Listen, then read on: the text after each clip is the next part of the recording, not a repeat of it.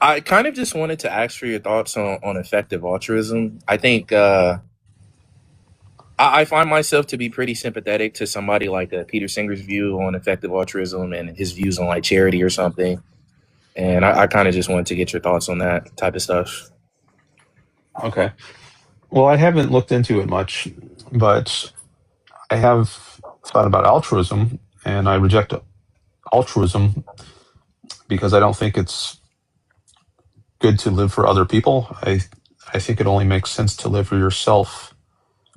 So, um, effective. I mean, maybe there are different forms of altruism. I think all Yeah, forms are it's ineffective at achieving your own happiness, I would say. it's not so much living for other people. So what I'm talking about is the sort of position Peter Singer outlines in his Famine, Affluence, Morality paper. So the position that we have an obligation to donate a lot of our excess income to like the needy, the people that need it, people in third world countries that can't have their basic needs met, or homeless people or something. Hmm.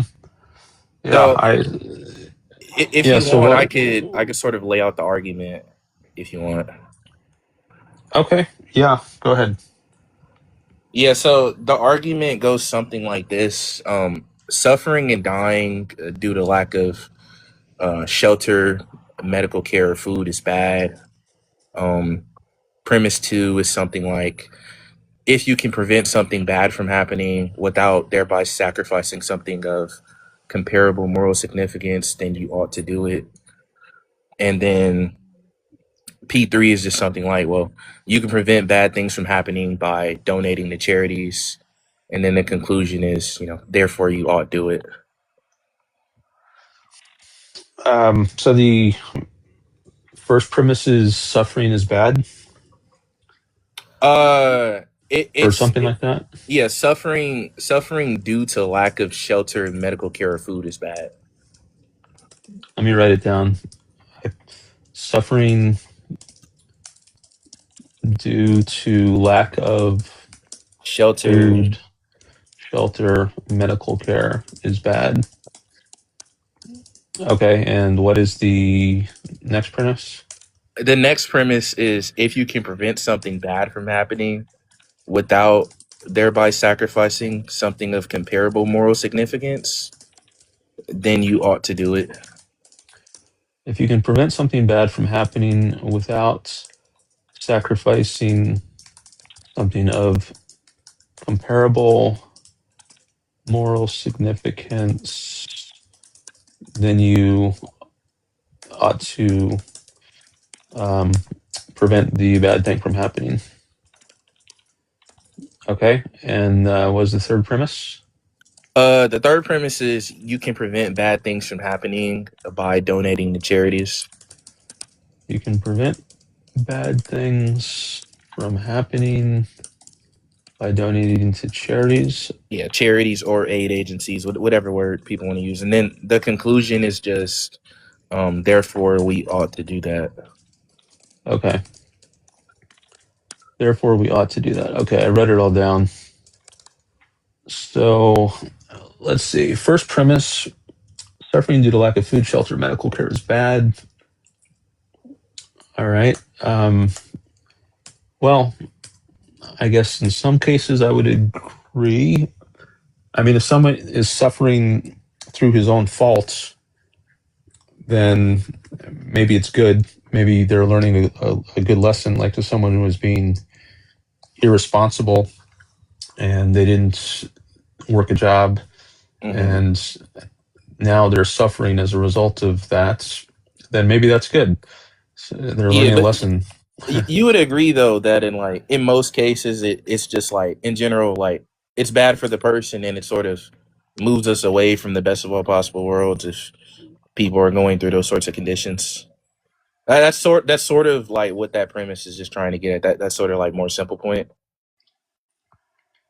Well, I think it's good if people learn lessons from their choices. So if uh, I think maybe it's good sometimes for people to suffer. Also, if someone has has done an injustice to somebody else, like maybe you've been a criminal and you've assaulted somebody or murdered somebody, then I think Yeah. it's probably good if that person suffers. Yeah, I can agree with that for like, just people we would consider like super bad people. I think like, somebody like Stalin or something, we might say it's not so much like bad for him. But I'm just saying that like for the average person, for just like normal people, I think it's pretty like kind of intuitive and obvious to me that those kinds of things are bad. Well, this is put forward as an absolute statement. It's not contextualized. Like even an average person, I think sometimes they make bad choices, and I think it could be good for them to suffer consequences of those bad choices. What kinds of like bad choices are you talking about? Well, I gave the example earlier of someone who doesn't work a job. Maybe someone who is just lazy or who chooses to go on welfare when they could very well earn their own way in life. Hmm. I think those would be some examples of bad choices. So you think if somebody lacks the desire to work and sort of acts in accordance with that lack of desire, that um it'd be good for them if we didn't give them their basic needs at all? Like if we didn't give them anything, that'd be good for them. If someone lacks a desire to work, Yeah, they like they don't want to work, and they actually they don't work either. They don't act in it. But they act in accordance with that lack of desire, so they don't work. mm-hmm. You're saying that for a person like that, it would be it would actually be good for them if we didn't give them anything. Yeah, I think so. Yeah, if someone is perfectly capable of working and supporting himself and just chooses not to, then I I would not help that person out. I would say it's on you, man. I'm not going to take care of you. It's your responsibility to take care of yourself. Oh man. Um. Because I'm not just. Why should I just be a host for somebody else's parasitism? I don't exist to serve others. That's part of So my egoism. I'm an egoist. yeah. Wait. So even if you could help that person, like say like you had like the wealth equivalent to like Jeff Bezos or something, you think like you have no obligation whatsoever to give them anything? Oh yeah, I don't have any obligation to help out lazy parasites. I'm deliberately going to avoid helping people like that. I'm going to help people who I think deserve money. Like if I see someone who is trying to support himself, but maybe is having a hard time and through no fault of his own, then I might help that person out. But if someone is just not even making an effort to support himself, then I'm not going to respect that person who wants to just parasitize off of others. So yeah, I'm going to be very discriminating in who I choose to help out. Say that person is just like depressed for a couple of years. Yeah, you would still think it's like good for them.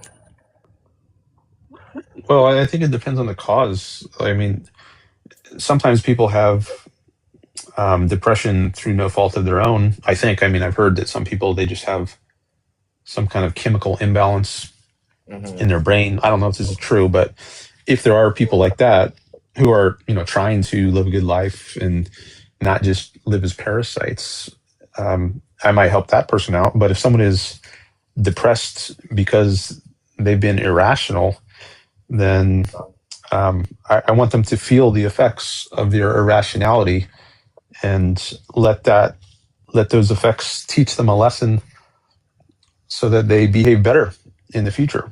I don't want to shield them from the consequences of their own irrational behavior. Yeah. I guess it's just your egoist leanings, but that position does strike me as that's pretty odd. Like, say there was a case where if you did give them some things they needed for sustenance that would like give them more motivation to work, do you think you should do it then? If there's, well, I mean, it's not my responsibility to motivate other people to work. I mean, I think um, You don't think it's people. in your self interest for the people around you to be more motivated to work? Well, I think it is in my self interest for people to be motivated to work, but it's not my responsibility to do the motivating. I mean, I might want to, like maybe I'm a motivational speaker and it's my job, and then it's self interested. It's egoistic for me to motivate somebody to work because maybe I earn money by doing that. But if that's not my goal in life, it's not necessarily going to be right for me to take on the role of trying to motivate other people to work. Wait, so what's in your self interest is like completely parasitic on your goals, or Well, what's in my self interest is it's I mean, what that's going to vary from person to person. Like one thing that I love to do is promote Ayn Rand's ideas to the Mhm. world, and that's what I do here on this live stream. It's in my self interest, and other people, they have different passions in life. Some people, they want to be a architect or a artist. You know, there's a million different professions, and everyone has their own goals. But I think everyone should be aiming for happiness. But the way you get to happiness, I think, is going to be different from person to person, depending on uh, many factors. but you would generally agree that sort of whether somebody's going to be happy or not is sort of dependent on those more basic needs being satisfied that I listed earlier. That's part of it, but I Part of think it. that's not the root of it. Like the basic needs of food, shelter, clothing, medical care. I think the way to get those is through your own choices and Mhm. using your own mind. So if you need food, which we all do, then you've got to earn money to buy food. And so you need to find a job so that you can support yourself. And it's not my job to provide somebody else with a job or the motivation to get a job. Mhm. I mean, like I yeah, other people's lives are their own responsibility, not mine. Yeah. Okay. So I'm sort of confused. If you think usually somebody's happiness is parasitic on those basic needs being met, and you think that it's in your self interest for people around you to be like motivated to work, why do you think it wouldn't be in your self interest to like give these people these goods, these basic needs? Because that doing so might conflict with my own interests. Like if I mean if I have my own needs and desires, like well, if I want to, if I think I would really enjoy taking a vacation around the world, well, that requires resources. You know, that requires money. Yeah. And if I'm spending that money instead on providing for other people's food and clothing, etc., then that means I'm going to have less resources available for myself. So it's going to come at the expense of my own happiness.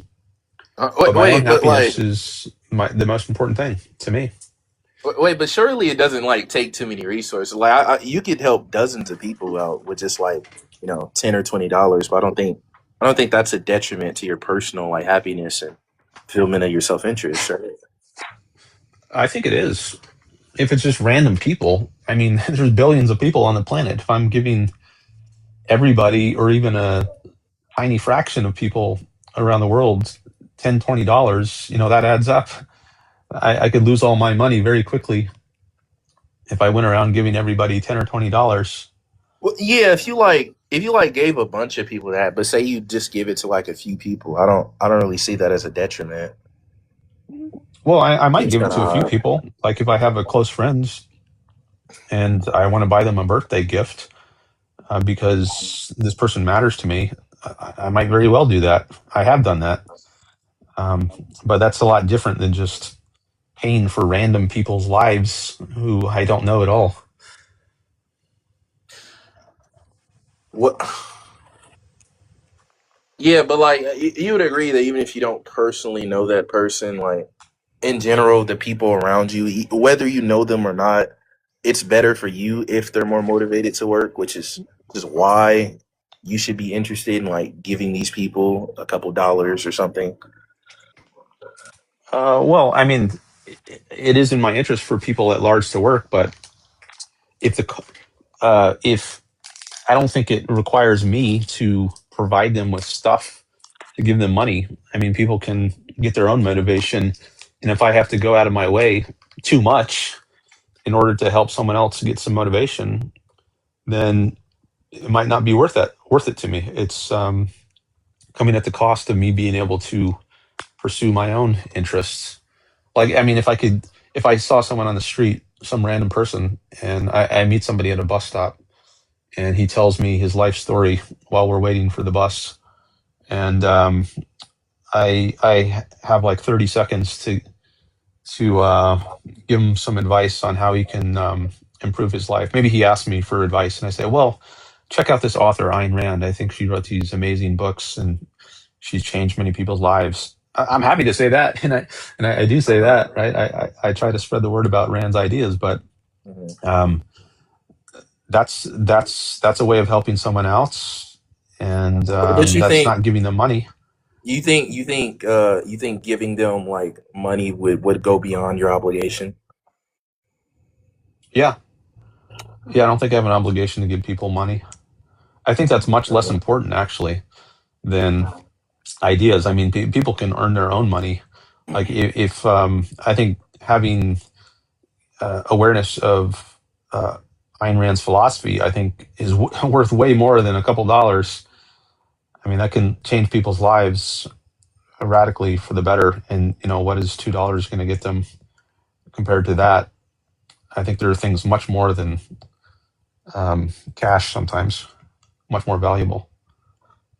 Yeah, but Ayn Rand's philosophy. Okay, interesting. Okay,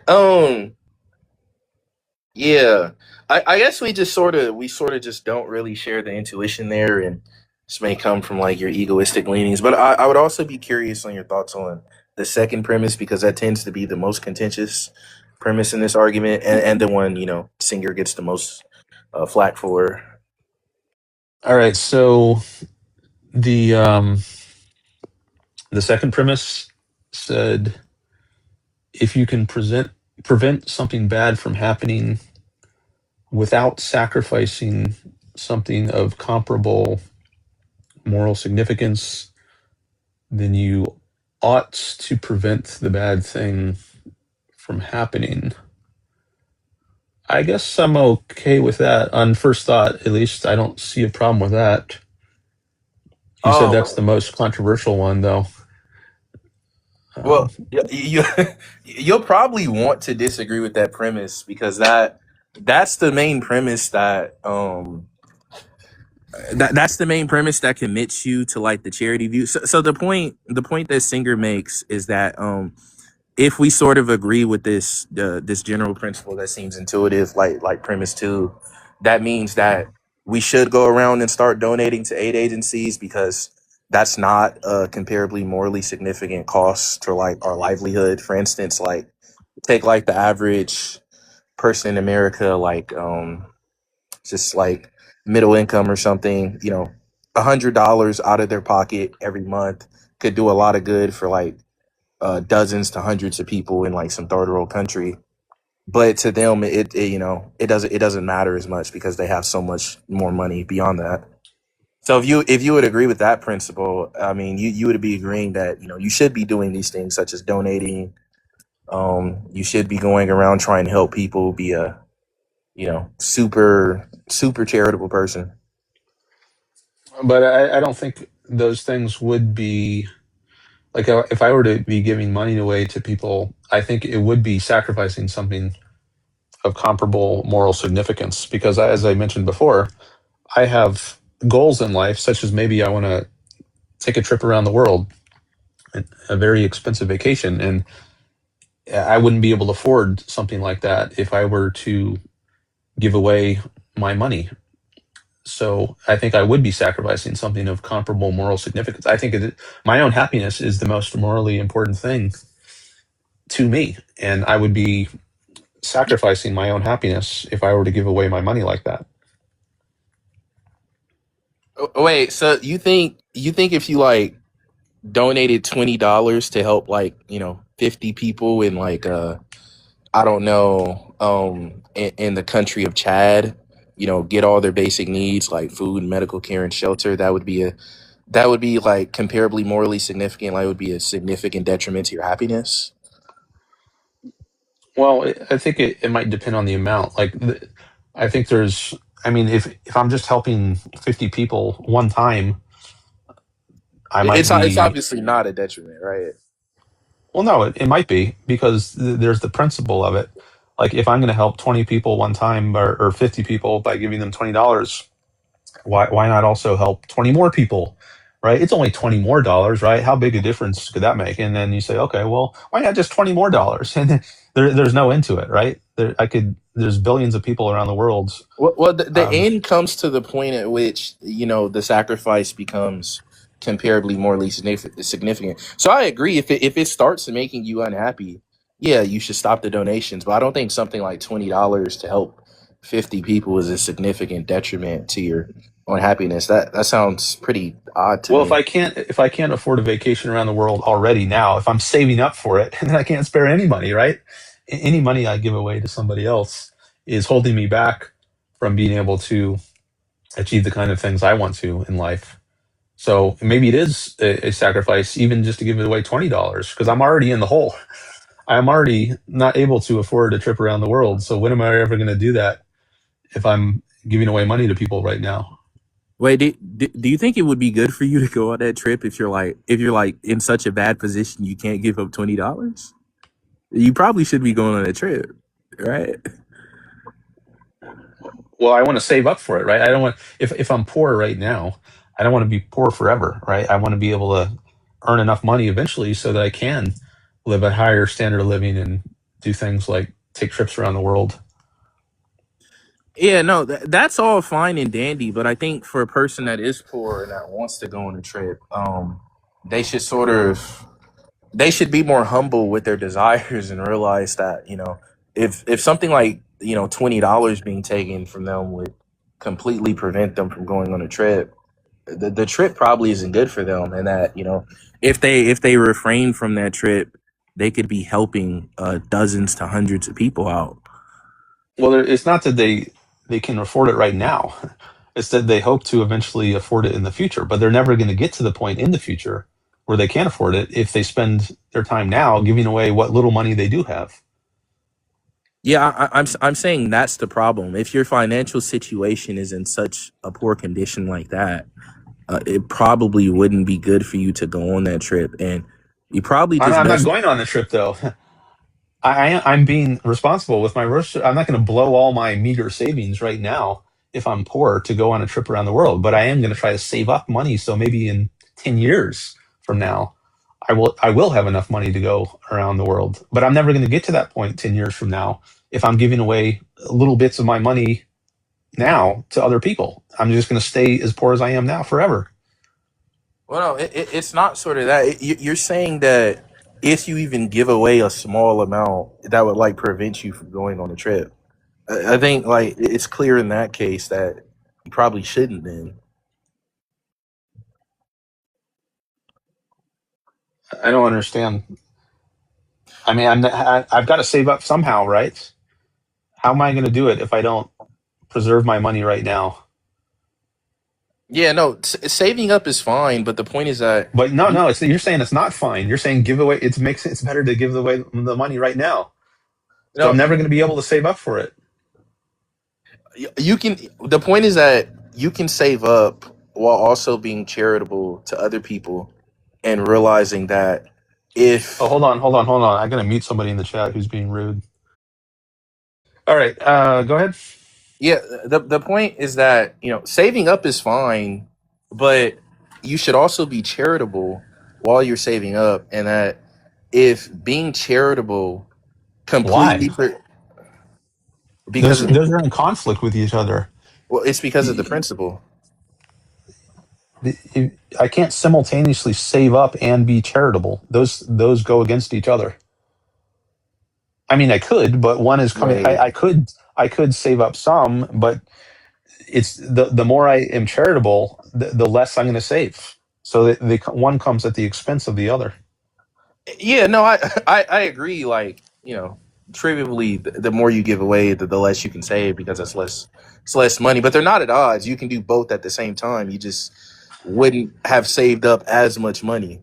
But Yeah, if you agree with the principle I've set forth, with that being that you should make sacrifices unless that sacrifice constitutes something morally significant.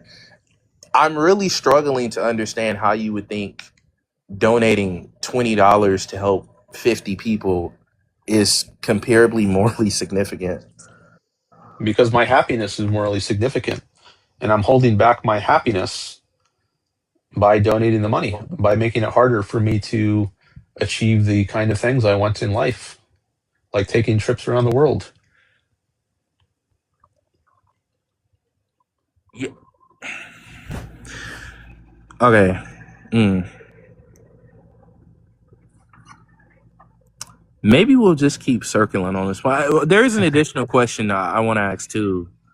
Um, I mean, just going back to like the grand scheme of things and the principle. I mean, do you really even think like a trip that expensive is like that important to your own happiness in the first place?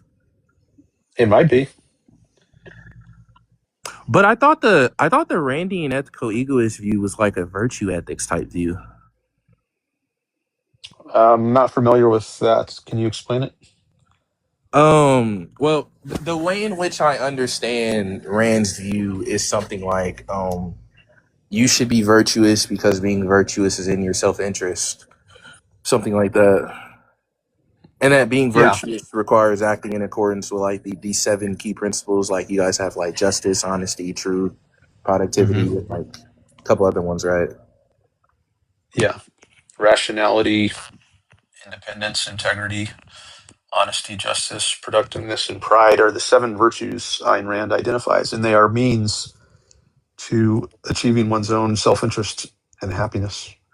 Wait, so the question I'm asking is, how would the sort of the trip, the vacation, you're positing in your hypothetical even be compatible with your own view?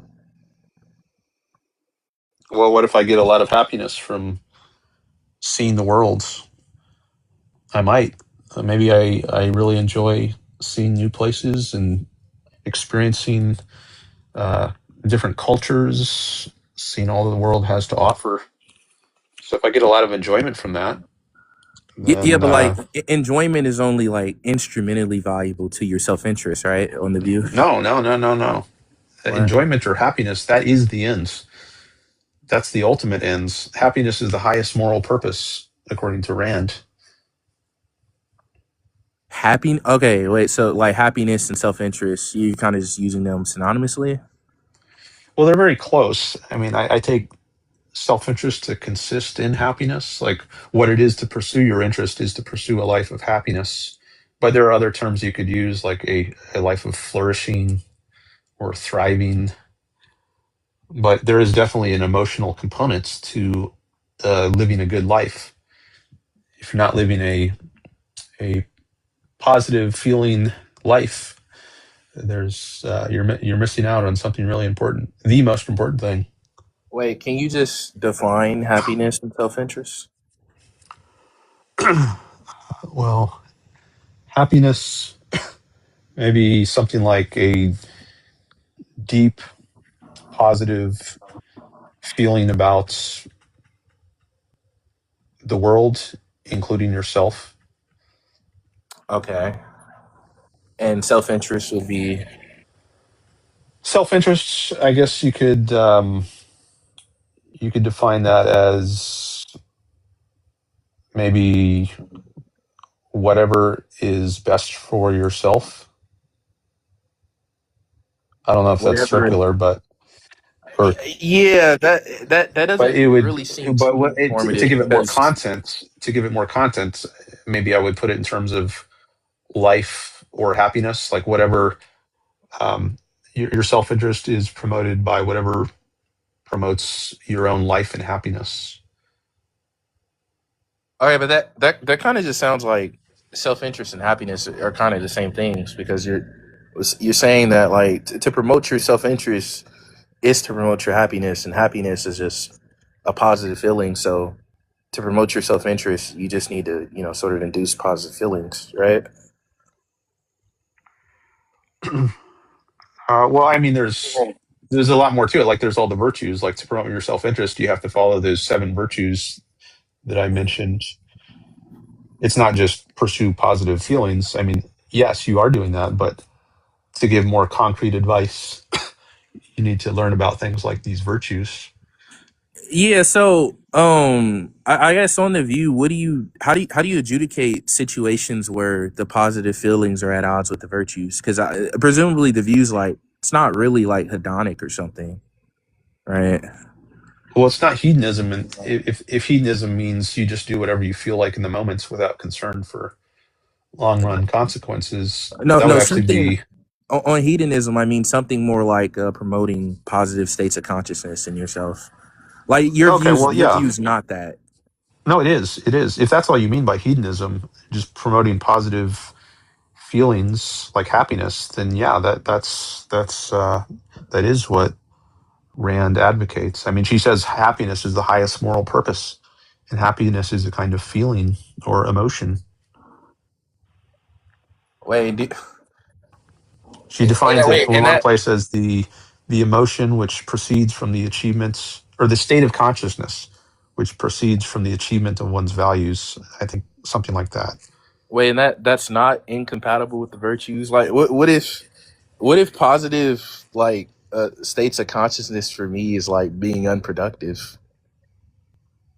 Okay, well now we're getting into unrealistic hypotheticals. I mean, and people do this all the time. You say, "What if happiness is served by being a sociopathic murderer who offs a bunch of innocent people?" Um, okay, well, I mean, the view is whatever serves your happiness, you do that. But then Uh, we get into the there's a further question of okay, well, what in fact actually does further your interest? Is it being a sociopathic murderer? I think no.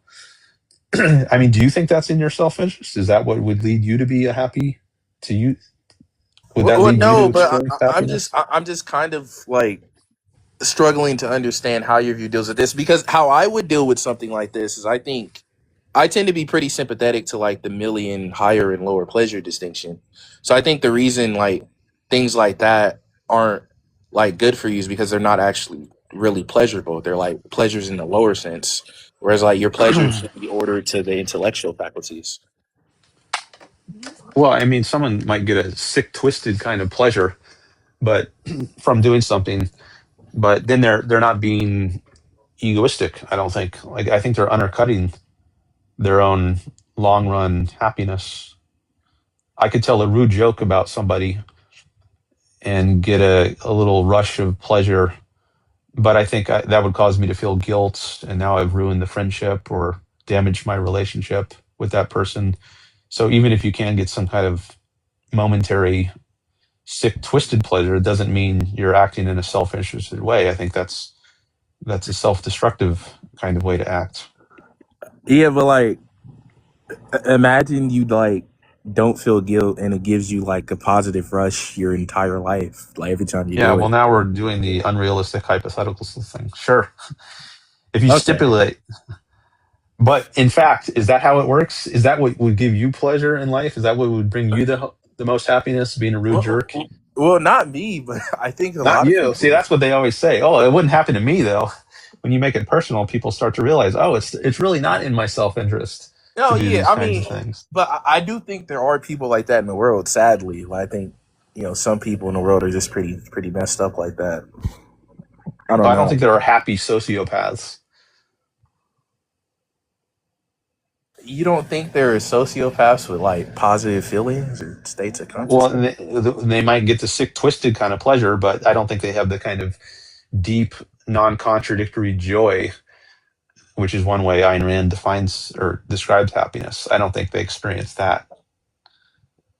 Yeah, but if it Like I were to said, you con- can get it. You can kind of get a sick, twisted pleasure from telling a rude joke at somebody's expense. I'm not denying you can get sick, twisted pleasure, but I don't think getting sick, twisted pleasure is the same thing as getting happiness. huh. That okay, yeah, that yeah, I might have like exhausted my question specifically on that, but that's interesting. I do need to read more on Rand in the future. I haven't read too much on Rand. If you do you have any suggestions or something? Yeah, I think she wrote great novels. Um, the Fountainhead is brilliant, life changing even for many people. She also Mm. wrote a lot of nonfiction.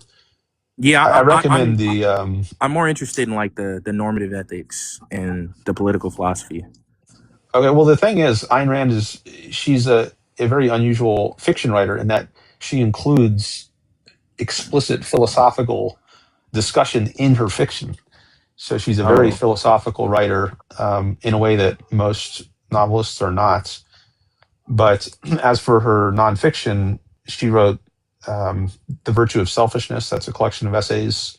The lead essay is called The Objectivist Ethics, and that sounds like that might be very relevant to this conversation. So if you want to go straight to nonfiction, that might be a good one to start with. But there might be it's some plot called the spoilers. it's called the objectivist ethics. Yeah, and you Okay. can Google that. It's actually free online, Okay. and there Yeah. might be a little bit of plot spoiling there. So um, I do recommend starting with the fiction if you can. But if you really need, if you just have like zero motivation to do that, then I guess objectivist ethics might be a good one for you to start with. Yeah. I don't know. It might be good for me to give it a try, but I don't know. Since I've like majored in philosophy, got my degree. When it comes to reading anything like to do with philosophy, I'd rather it just be like kind of just straight to the point philosophy. Yeah. Well, Um. that's what I was like. I can resonate with that because I actually read her nonfiction first because I was already interested in philosophy and I didn't want to have to read some story to get to the meat and potatoes of the Yeah, I'm kind philosophy. of like But that. unfortunately, it did spoil the plots so that it wasn't as riveting of an experience reading the novels once I got around to doing that. Um, but for some people, I think maybe it is best to start with the nonfiction because you just don't have the motivation sometimes to start with the fiction. So Yeah, I and can relate to that. do you have any recommendations for like her political philosophy? Because right now I'm an incoming student to get my master's in PPE, the conjunction of philosophy, politics, and economics. So I'm also pretty interested in like political philosophy. Well, yeah, as far as Rand's writings Yeah, yeah, go, right, right. well, she has a collection of essays called Capitalism, the Unknown Ideal. And I would recommend that for her political philosophy. There's also a resource called the Ayn Rand Lexicon, which is free online, and you can look up her views on all kinds of topics. They're sorted alphabetically, so that's a great resource. And it's much more. It's just excerpts from her various works. Like, what did she have to say about abortion? You can click on A and go to the abortion entry and find some passages from various of her works on that. Or what did she have to say about capitalism? Click on C and go to that entry. And there's like hundreds of entries, so you can hop around there. There, it's all Okay. linked. I think that's a good resource. Yeah, I know her. So far, the most I know about her view is that, of course, it's like individualistic, and it's like laissez-faire capitalism. Is her view anything similar to like the sort of like Robert Nozick type of view? Well, I think Nozick got some of his ideas from her. His, I mean, she had published her main works on political theory before he had written his. I don't know if they had actually met, but I think he'd at least read her, and he cites her in his book Anarchy, State, and Utopia, at least in a few footnotes, I think. Now, I don't think Yeah. he really aligns with her at a deep fundamental level, but there's at least a superficial similarity on some issues. But I'm not too familiar with Nozick's work, so I can't do a comparison right now. But there is an essay by someone who has looked more into it. There's a Onkar Ghate, he's an objectivist philosopher who wrote an essay comparing Rand and Nozick, and that essay was published in a book, part of what's called the Ayn Rand Studies philosophical series, published by University of Pittsburgh Mhm. Press. I think the Foundations of a Free Society. I think that's the title. And there's an essay in there comparing Rand and Nozick. But you might be able to find some. Sorry, I need a cough drop. Find some online if you just Google Rand and Nozick. Okay. Yeah, Maybe that Harry Binswanger has written some. I'm not sure. yeah that would certainly be interesting. Okay. May I ask too what your specialization is in? Well, when I did a master's, I focused on free will. When I did an undergraduate, I focused on the history of philosophy. And when I did a PhD, I focused on philosophy of mind. Mm. Is that sort of your main philosophical interest? Not right now. These days, I focus more on ethics and politics. Sometimes I get into deeper issues of philosophy, like philosophy of mind, and I have a little bit of that on my channel, or like free will sometimes. But I'd say the majority of my discussions are these days are on like something in ethics or politics. Okay. And you said you have a YouTube channel? Yeah, Dan Norton one, which is it's in my TikTok bio. Yeah, I got a YouTube channel, and I'm trying to grow that as well as my TikTok. So there's tons of videos over there, and I invite people to check it out. Okay, I have to check that out because I don't know. When I was going through my undergrad, I just recently graduated this past December. I actually never even heard of Ayn Rand. I didn't I didn't even know about these types of views. Yeah, well, she's not discussed a lot in academia. I think they sideline her, and I think that most academic philosophers, they're either just ignorant of her or dismissive or hostile, Hmm. which I think is unfortunate because I think she has a great philosophy. But she does really challenge a lot of their fundamental approach to philosophy. So I think her approach to philosophy is seen as alien, given the predominant analytic style of philosophy that's done in the Anglo-American world. So she's really outside the mainstream, but I think she's right. So you can read her and decide for yourself what you think. Okay. Do you think the reason philosophers like that get sidelined is purely like meta philosophical issues, like they disagree about how philosophy should be done? Or- Well, maybe part of that, but I think part of it is just she's a threat to some of their core ideas, and I think they don't they don't have a good answer to her. Like I think there have been a number of cases where academic philosophers have actually engaged with her ideas, but they end up just strawmanning her and caricaturing her ideas. If you go to the Ayn Rand Institute's website, you can see some essays about this. Like there was a guy, I think his name is Massimo Pagliucci, something like that, who's a mainstream philosopher. I don't recall which university he's at, but there's an essay by Aaron Smith, he's at the Ayn Rand Institute, and he discussed Pagliucci's discussion of Rand, and uh, just says he's getting her very wrong, and I've seen this a lot, like in my own experience. Not so much with academic philosophers I've directly engaged with, but just in the culture in general. Often Rand is smeared and people refute strawman versions of her ideas. So I think it's really important to read her works yourself to form a fair value, to get a fair idea of what she stands for, and not just rely on secondary reports, because she is often caricatured. Yeah, So that's if you don't have a interesting. good argument, then I think, unfortunately, sometimes even academics, they will resort to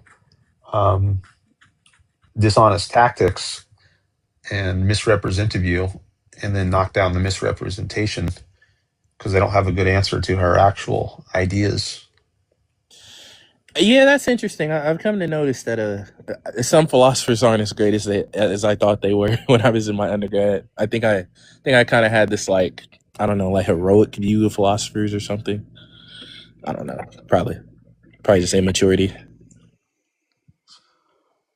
Um, I don't know, but yeah, I definitely recommend giving her a try. And I invite you to come back if you do that and you're interested in talking about what you read. Then I'd be happy to talk about it some more.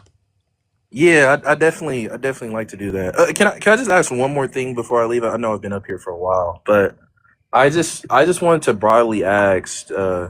I guess what your advice would be to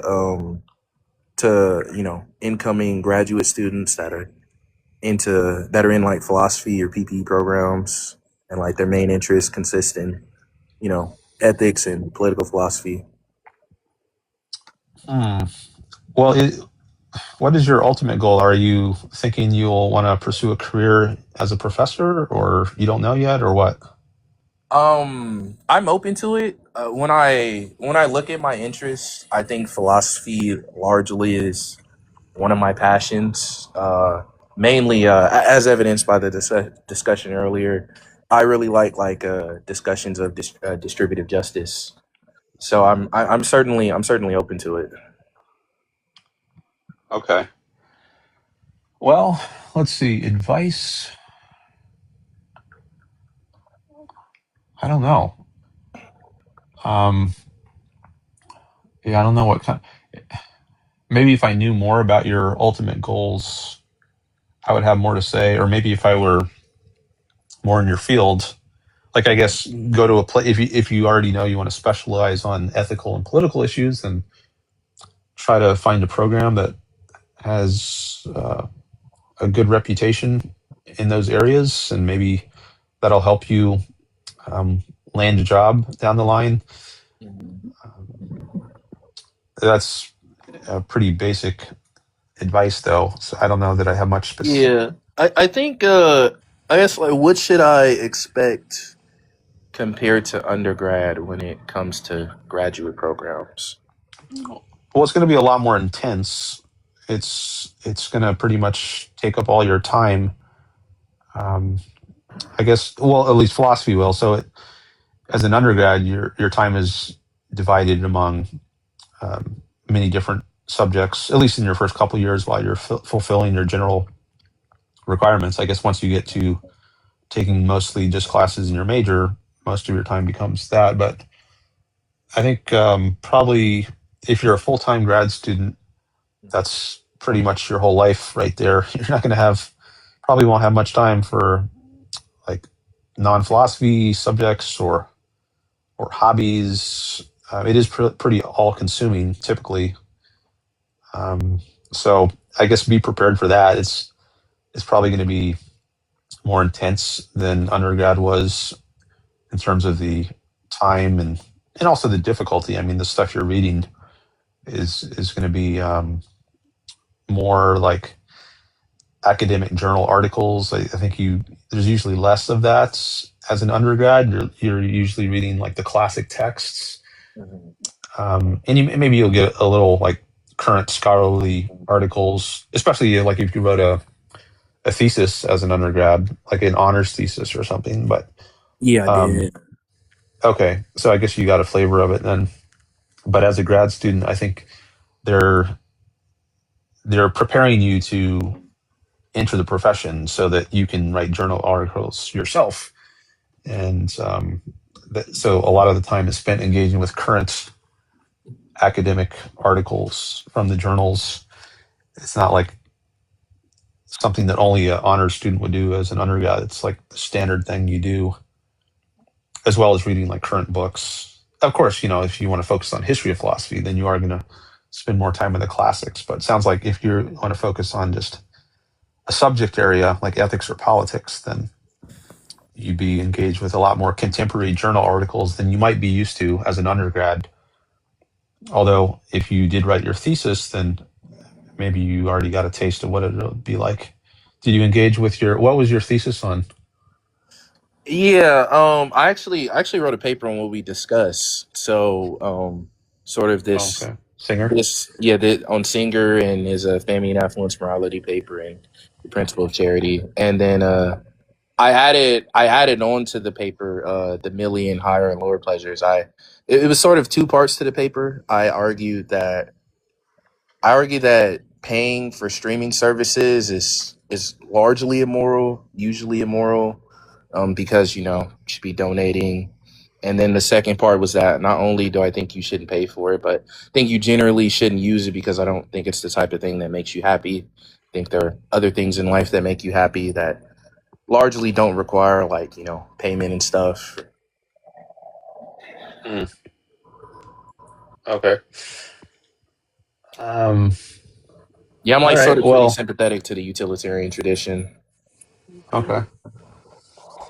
All right. Well, yeah, I guess see what Rand has to say about that. I think that would be worthwhile.